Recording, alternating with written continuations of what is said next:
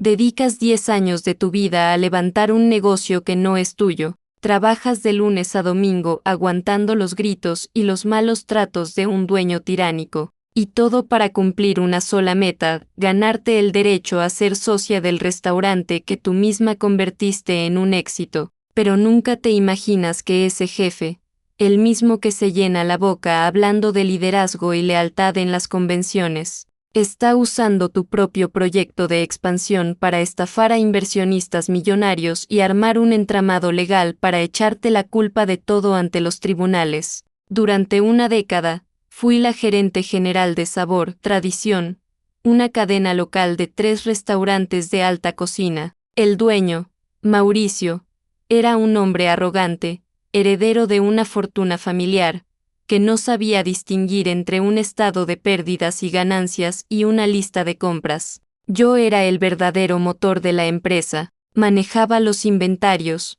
controlaba al personal de cocina, negociaba con los proveedores y mantenía los estándares de calidad al máximo. Bajo mi gestión, el restaurante pasó de ser un local con deudas a facturar millones de dólares anuales. Mi sueño siempre fue expandir la marca a nivel nacional mediante un modelo de franquicias. Una franquicia es, básicamente, venderle el derecho a otro empresario para que abra una sucursal idéntica de tu restaurante, usando tu nombre, tus recetas y tu sistema de trabajo, a cambio de que te pague un porcentaje de sus ganancias mensuales. Pasé 2 años enteros diseñando en secreto un manual de operaciones de más de 500 páginas, estructurando los costos, los contratos legales de blindaje y las proyecciones financieras para que el modelo fuera infalible. Cuando finalmente le presenté el proyecto a Mauricio en su oficina, sus ojos brillaron con una codicia desmedida. Me dio una palmadita condescendiente en la espalda y me juró ante los abogados de la firma que, en cuanto vendiéramos las primeras 5 licencias de franquicia, yo recibiría el 25% de las acciones de la nueva corporación nacional. Confié ciegamente en su palabra y en los documentos que firmamos, sin saber que mi jefe ya estaba usando mi plan de negocios para estructurar una estafa maestra de la cual yo sería la única víctima legal. El plan de Mauricio fue de una frialdad corporativa espantosa. Utilizando el manual de operaciones y las proyecciones que yo había desarrollado, comenzó a organizar reuniones secretas con inversionistas de gran capital y con familias adineradas que buscaban un negocio seguro. Mauricio les vendió 10 licencias de franquicias falsas. Eran falsas porque las sucursales nunca se iban a construir. Los contratos estaban amañados y los terrenos que supuestamente ya estaban comprados en otras provincias eran simples imágenes digitales modificadas. Mauricio recaudó de manera fraudulenta más de $2 millones en depósitos iniciales de garantía. El dinero nunca ingresó a las cuentas oficiales del restaurante. Fue desviado inmediatamente hacia una cuenta bancaria privada a su nombre en un banco de las Islas Caimán. La verdad salió a la luz debido a un descuido técnico del abogado corporativo de Mauricio. Para gestionar los correos de los nuevos franquiciados, abrieron una bandeja de entrada secundaria dentro del servidor local de la empresa que yo administraba. Una noche, mientras revisaba los respaldos de los archivos digitales para verificar los contratos de los proveedores de alimentos, noté que una carpeta titulada Plan de Contingencia Legal había sido modificada a las 11 de la noche desde la computadora de Mauricio. Movida por un presentimiento oscuro, utilicé mis accesos de gerencia para abrir el archivo confidencial. Lo que mis ojos leyeron en esa pantalla me provocó náuseas físicas y congeló mi sangre. No eran estrategias de mercado. Era un entramado de contratos amañados y facturas clonadas diseñadas de manera milimétrica por Mauricio para incriminarme. En los documentos notariales, él había falsificado mi firma electrónica para ponerme a mí como la directora operativa única del Fondo de Expansión de Franquicias. Mauricio estaba usando los contratos para que ante una auditoría fiscal o una denuncia por fraude de los inversionistas estafados, yo quedara registrada como la persona que había recibido el dinero y la que había autorizado las licencias falsas. En los correos electrónicos con su abogado, Mauricio lo decía textualmente, Elena es la que firma los reportes diarios. Cuando el fraude explote, alegamos que ella nos engañó con datos falsos y se robó el dinero. Es solo una empleada ambiciosa.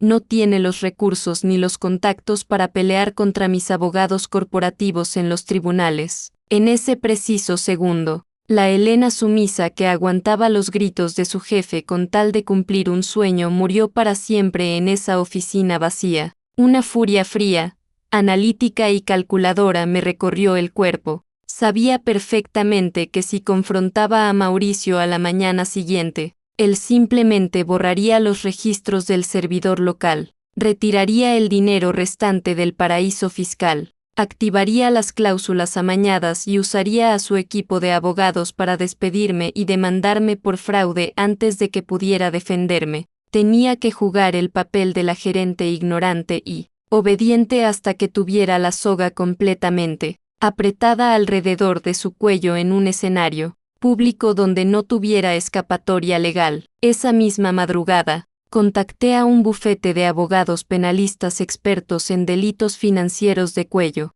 blanco y a un perito informático forense certificado. Pasamos el fin de semana entero analizando el servidor de la empresa y ejecutamos una auditoría de metadatos profunda. Una auditoría de metadatos es, básicamente, revisar el historial secreto e invisible de un archivo de computadora para ver con precisión de satélite los nombres de usuario, las fechas, las modificaciones y las direcciones IP exactas de todos los que tocaron o alteraron ese documento. El perito emitió un dictamen técnico irrefutable, que demostraba que las firmas electrónicas a mi nombre habían sido clonadas digitalmente desde la terminal de Mauricio y a altas horas de la noche. Cuando yo no estaba en el edificio, el traidor había dejado sus huellas digitales virtuales grabadas en cada uno de los contratos de la estafa. Paralelamente, utilicé mis facultades operativas para sembrar mi propia trampa dentro del sistema de gestión de la empresa.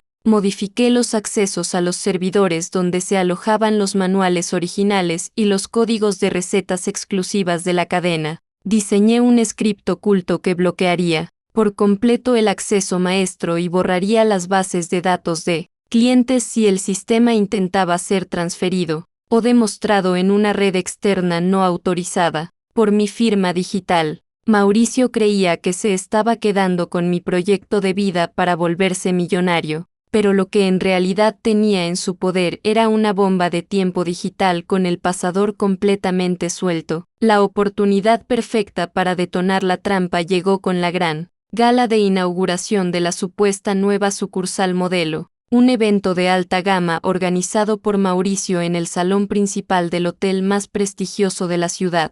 Había más de 200 personas presentes, incluyendo a las familias adineradas que habían comprado las franquicias falsas, directores de los bancos comerciales más importantes del país, inversionistas de capital y los medios de comunicación locales. Mauricio estaba impecable, vistiendo un smoking de diseñador carísimo, paseándose por los pasillos con una copa de champaña y presumiendo ante los empresarios que su visión comercial estaba lista para monopolizar el mercado gastronómico nacional. Yo llegué al auditorio con mi sastre negro sobrio, mi laptop de desarrollo bajo el brazo y una serenidad absoluta grabada en el rostro. Llegó el momento del brindis principal de la noche. Mauricio subió al escenario principal, tomó el micrófono inalámbrico e inició un discurso egocéntrico lleno de una hipocresía que me causaba asco físico. Habló sobre el emprendimiento, la confianza mutua y los valores éticos como los pilares absolutos de su éxito.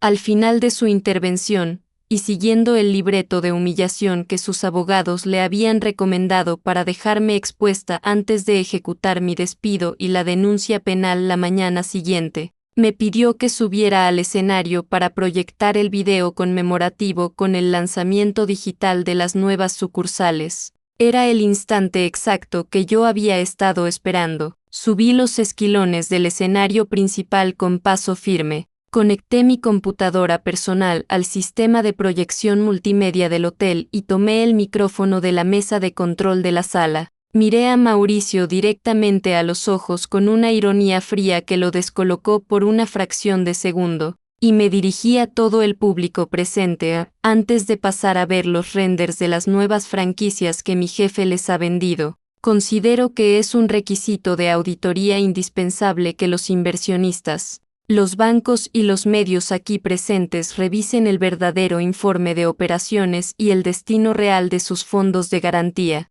Mauricio cambió la expresión de su rostro e intentó gritarle al personal de seguridad que me sacara del escenario, pero mis ingenieros de sistemas ya habían bloqueado remotamente los accesos electrónicos de todo el salón de eventos. Las luces del gran salón se apagaron por completo. En lugar de proyectarse las imágenes de los restaurantes de lujo, la pantalla gigante de 12 metros de ancho mostró en alta definición el dictamen del perito informático forense que demostraba la falsificación de mi firma desde la computadora de Mauricio, seguido por los estados de cuenta bancarios detallados por la fiscalía que mostraban los $2 millones desviados al paraíso fiscal en las Islas Caimán. Pero el clímax del escándalo llegó cuando los altavoces del salón de gala reprodujeron el audio nítido de una llamada interceptada legalmente por la Policía Federal donde se escuchaba a Mauricio hablar con su abogado corporativo.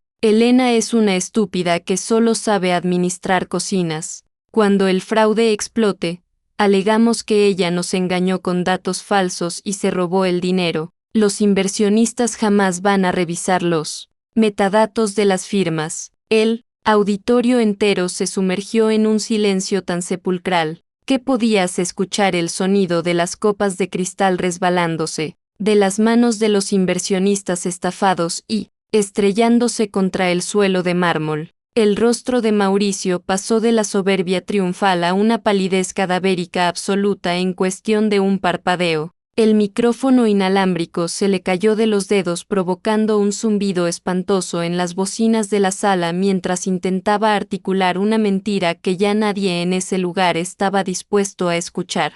Los empresarios que habían invertido los ahorros de sus vidas en las franquicias falsas se levantaron de sus asientos con los rostros desencajados por la furia, exigiendo respuestas inmediatas a gritos, para cerrar el colapso de manera fulminante. En ese preciso segundo mi script durmiente se activó de forma remota en los servidores centrales de la empresa. Todo el sistema operativo y las recetas exclusivas de sabor, tradición se encriptaron en tiempo real frente a él, mostrando en letras gigantes rojas de alerta en las pantallas del proyector el mensaje de error del sistema. Acceso denegado, software detectado como propiedad industrial en disputa penal por fraude comercial agravado. En ese instante, las puertas principales del salón de gala se abrieron de par en par.